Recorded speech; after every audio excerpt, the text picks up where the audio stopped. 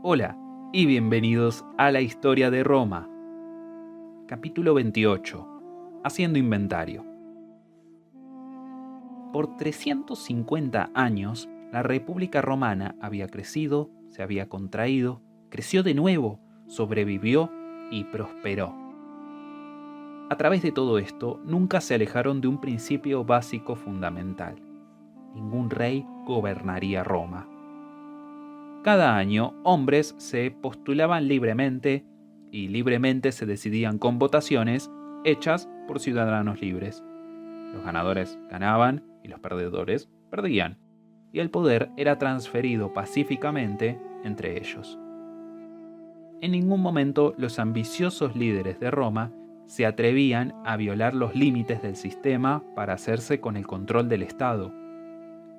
Es una racha impresionante, y es motivo de que aún hoy se envidia a la República justificadamente. Pero al fin, los romanos, con toda su fuerza militar y toda su rectitud moral, no podían detener la marea de codicia y ambición que habita en el corazón de todas las personas en todo tiempo y en todo lugar. El éxito de Roma provocaría el final de la República, y después del simbólico saqueo dual de Cartago y Corinto en el 145 a.C., la represa que contenía el lado oscuro se comenzó a resquebrajar. Menos de un siglo después, esa contención se terminaría de romper, y en contra de todo lo que alguna vez sostuvieron los romanos como bueno y verdadero, un solo hombre se haría con el trono del poder total. Aunque ese hombre sería lo suficientemente sabio como para no llamarse a sí mismo rey. Todos sabemos que una rosa, más allá del nombre que usemos, huele siempre igual de dulce. A través de todos estos años, la República sobrevivió por dos principales razones. Los plebeyos de las clases más bajas no llegarían a ser tan pobres como para intentar rebelarse para ganar un mejor estándar de vida. Y la clase más alta estaba lo suficientemente unida como para que sus riñas internas no afectaran la esfera pública. Ambos puntos estaban a punto de ser completamente inválidos, haciendo que la guerra civil y el conflicto de clases se convirtieran en el pan de cada día. Y ambos puntos serían anulados por la misma causa: las victorias internacionales. Los romanos, además de la península de Italia entera, ahora controlaban Sicilia, Cerdeña, el norte de África, Grecia, Macedonia y buena parte de Hispania. Todas estas tierras vasallas proveían a los romanos con todas las riquezas imaginables, esclavos por decenas de miles e interminables oportunidades para amasar fortunas personales. Uno imaginaría que habría una abundancia tan grande fluyendo a Roma que habría menos conflictos internos, no que aumentarían. Había más que suficiente para todos. ¿Por qué pelearse? El problema al fin era que toda la riqueza terminaba en las manos de los ya ricos, y algunos se enriquecieron tanto que, en efecto, consideraron que la cohesión estatal no era tan importante como lo había sido en el pasado. Cuando te puedes financiar completamente por tu cuenta, hay una tendencia de que seguirás tus propios caprichos y los demás no importan un comino. Esto, en los términos más simples, iría en contra del mantenimiento seguro de una república libre. La clase dirigente, que por todos estos siglos habían entendido que la solidaridad entre los patricios los mantenía firmemente a cargo, comenzaron a ver cómo algunos de los suyos desobedecían este mandato para hacerse su propio lugar en el mundo, forzando al resto a competir o a perder todo lo que tenían. Las cosas pronto se saldrían de control. En cierta forma, podemos ya rastrear esto en Escipión el africano, el de larga cabellera y presumido, el irreverente héroe de la Segunda Guerra Púnica, quien pondría el ejemplo para los próximos jóvenes romanos. Originalmente fue el propio Escipión el que forjó el término de imperator, cuando sus tropas lo alabaron casi como un rey por sus victorias en Hispania. Escipión, como Augusto, fue lo suficientemente inteligente como para alejarse de toda apelación monárquica, pero el culto a la personalidad que sembró sirvió para asentar el tono de las futuras amenazas de la República. Y después de ser despachado al este para lidiar con Antíoco, Escipión también le mostró a los futuros líderes romanos cómo formar bases de poder independientes y cómo financiarse, quizás, una toma de poder. Hace mucho tiempo aludí a que las tensiones de clase en Roma nunca se manifestaron en estrictas divisiones económicas por el afianzamiento del modelo de cliente-patrón de relaciones cívicas. Todo lo que hizo Escipión es transferir este modelo al trato de Roma respecto a otras naciones. Para resumirlo brevemente, los ricos patricios romanos ofrecían toda clase de servicios a sus conciudadanos más pobres. Entre los más importantes estaban los préstamos y la representación legal. A cambio de esta ayuda, los ciudadanos los reciprocaban con respaldo a su patrón en elecciones y dándole apoyo público cada vez que lo requería. Puede parecer un detalle, pero en Roma mucho se podía decidir por la habilidad de un individuo de manipular las multitudes en su favor si era atacado pública o judicialmente. Las relaciones cliente-patrón se prolongaron por generaciones y proveían muchos de los servicios sociales que hoy en día solicitamos al Estado, el equivalente de salud, planes sociales, pensiones.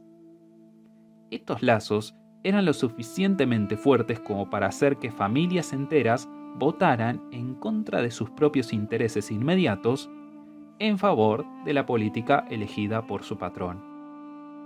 Y no quiero adelantarme, pero cuando un conflicto entre patrones rivales escalaba, cada uno tenía un ejército para luchar ciegamente por su líder.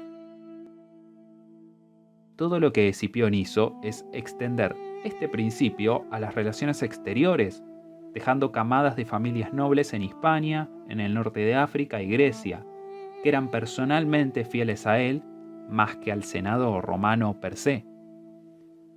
En efecto, ese fue el origen de todos sus problemas con Catón, después de que los escipiones volvieran de la derrota de Antíoco en Oriente. Escipión le había dado ciertos favores al rey sirio a cambio de tributos monetarios, lo cual por un lado era un claro soborno, pero por otro lado, tan solo era una extensión de las relaciones cliente-patrón. ¿Podía un patrón negarle un favor a su cliente? Sería muy grosero hacer eso. Flaminio, luego de pacificar Grecia, tomó la misma actitud y pronto los aristócratas romanos estacionados en el exterior comenzaron a tejer complejas redes de clientes extranjeros, lo cual traía enorme prestigio para el aristócrata en cuestión. Lento pero seguro, los patricios en territorios de ultramar comenzaron a superar a sus pares italianos en términos de riqueza, poder y fama.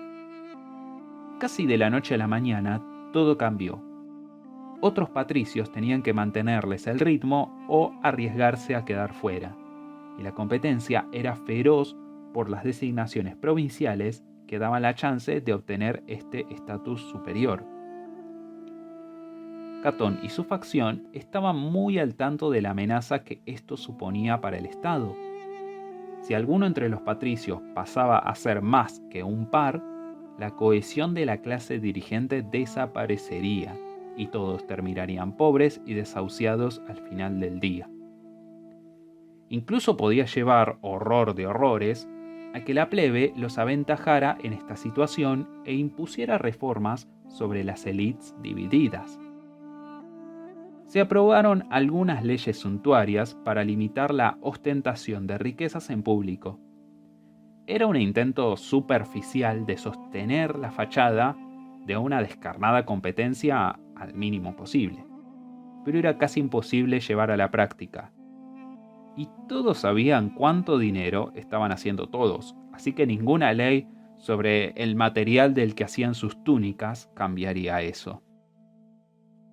Así que en una mano, que Roma haya emergido como la fuerza predominante en el Mediterráneo tendría consecuencias desastrosas para la clase gobernante.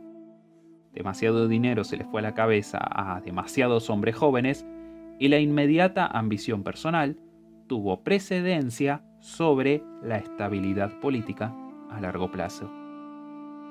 Y, por otra mano, tuvo consecuencias desastrosas para el típico romano de a pie, o al menos para el típico romano de campo. La columna vertebral de la República siempre había sido el ciudadano soldado campesino libre, aquel que tenía suficientes tierras como para calificar para el servicio en las legiones, que lucharía o cultivaba dependiendo de lo que le pedía su patria. Pero después de conquistar medio mundo conocido, estos soldados ciudadanos volvieron a Italia para encontrar todo transformado y enterarse que la economía los había dejado afuera. En los años después de la conquista de Grecia, los grandes propietarios comenzaron a comprar granjas cercanas.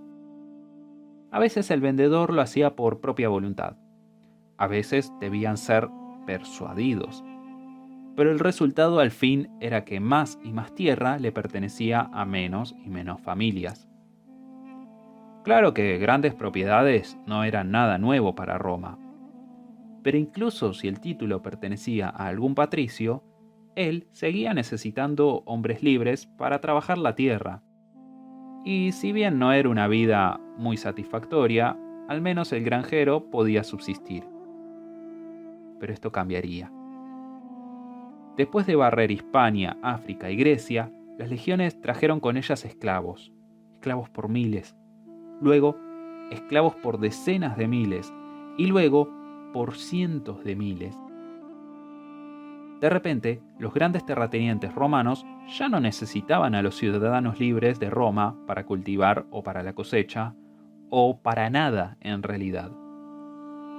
Ahora, los esclavos estaban en los campos y trabajaban la tierra y cuidaban el ganado. Los márgenes de ganancia eran escandalosos. ¿Cómo podían los patricios resistirse a reducir el costo de trabajo a cero? Además, sus rivales patricios en el Senado hacían lo mismo, así que el senador fulanito tenía que seguirle la corriente al senador menganito. No era tanto una externalización del trabajo, es decir, quitar el trabajo y mandarlo afuera, sino más bien una desexternalización. El trabajo seguía estando en el mismo lugar, pero era la gente la que tenía que irse. De repente, los intachables pilares de la comunidad se encontraban sin tierra, vagabundos y desesperados. La mayoría migraría a las ciudades, con la esperanza de aprender un oficio, o a las provincias, donde intentarían convertirse en comerciantes o, con algo de suerte, asegurarse una pequeña propiedad en el extranjero. La presión que esto supuso para la sociedad romana fue intensa. Ciertamente, algunos pudieron vender sus granjas con cierta ganancia y encontraron un nuevo trabajo, pero la gran mayoría simplemente se empobreció. La economía romana, que antes era meramente asistida por esclavos, pasó a ser un sistema completamente dependiente del esclavismo, y los ciudadanos libres luchaban para mantenerse a flote. Una de las consecuencias más importantes que esto tendría para la República sería en la composición del ejército. Hablaré más sobre esto al llegar a los capítulos sobre Mario y sus mulas, pero los requerimientos de propiedad que los hombres tenían que cumplir para enrolarse en las legiones pronto serían inalcanzables. Si los requerimientos serían los mismos que en la época de Camilo, los romanos tendrían un ejército de apenas una docena y tanto de nobles. Por necesidad, los requerimientos se hicieron más y más bajos para mantener la fuerza de las legiones, pero con más y más familias perdiendo sus tierras, era difícil mantenerlas. Finalmente, alrededor del año 100 a.C., los requerimientos de propiedad se eliminaron y el reclutamiento se abrió para todo aquel que deseara unirse. Claro que el soldado, sin ningún otro medio de subsistencia, tenía que ser pagado, y la paga dependería de la habilidad de su comandante de asegurarse botín. Y si un comandante tenía mucho talento para hacerse con un botín, entonces habría un montón de romanos de moral cuestionable que se unirían a su hueste. Esto ya no sería dejar el arado familiar para luchar por las tierras patrias. Esto sería trabajo mercenario bajo la venia de guerras estatales. Y esa fachada no tardó mucho en venirse abajo. Las propiedades que habían mantenido unida a la República Romana se estaban deshaciendo. El Senado, que había alcanzado enorme preeminencia durante los años de la Segunda Guerra Púnica, estaba sordo ante los vientos de cambio que soplaban. Cada senador estaba atrapado en su propia búsqueda personal de gloria. Algo como: ¿qué plantaré este año para sacarme un buen dineral? Seguro que la hambruna está asomando su fea cabeza. Pero escuché que el olivo está cotizando muy bien en Atenas. Además, tengo que hacer suficiente como para asegurar que mi hijo tenga ese cargo de cuestor. Y las ruedas tienen que ser engrasadas un poco, si captan lo que digo. La clase dirigente se consumía en esta forma de pensar, sin darse cuenta que todo se derrumbaría sobre sus cabezas. El problema era que la república había dejado de funcionar como una república y había pasado a ser una completa oligarquía. Pero la gente no se había olvidado lo que alguna vez tuvieron, y pronto estarían lo suficientemente desesperados como para usar cualquier medio necesario para tener su revancha. Y el lento paso de la oligarquía a la tiranía realmente comenzó cuando algunos de los nobles notaron que lo único que tenían que hacer era prometerle al pueblo su venganza y ellos mismos se quedarían con el mundo entero y con más.